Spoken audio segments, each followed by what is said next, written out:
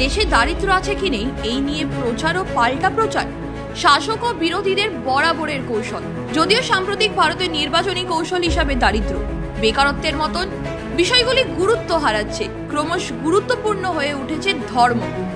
এরপরেও অবশ্য লোকসভা ভোটের 3 মাস আগে নীতি আয়োগ দাবি করেছিল মোদী সরকারের 10 বছরে 24.9 কোটি মানুষ দারিদ্র সীমা থেকে বেরিয়ে এসেছেন। এক দশকে দেশের দারিদ্র সীমা থেকে বেরিয়ে এসেছেন প্রায় 27 কোটির বেশি মানুষ।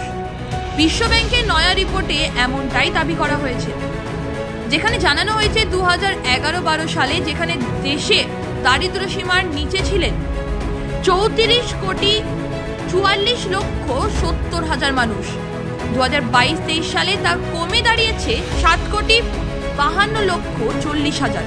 অর্থাৎ এই সময়ের মধ্যে দেশের দারিদ্র সীমার থেকে বেরিয়ে এসেছেন 26,92,30,000 মানুষ।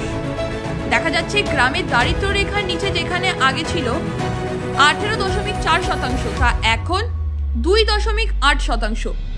যেখানে গত 11 বছরে শহরে দারিদ্র সীমার নিচে থাকা মানুষের শতকরা হার 10.7% থেকে নেমে মাত্র 1.1% দাঁড়িয়েছে।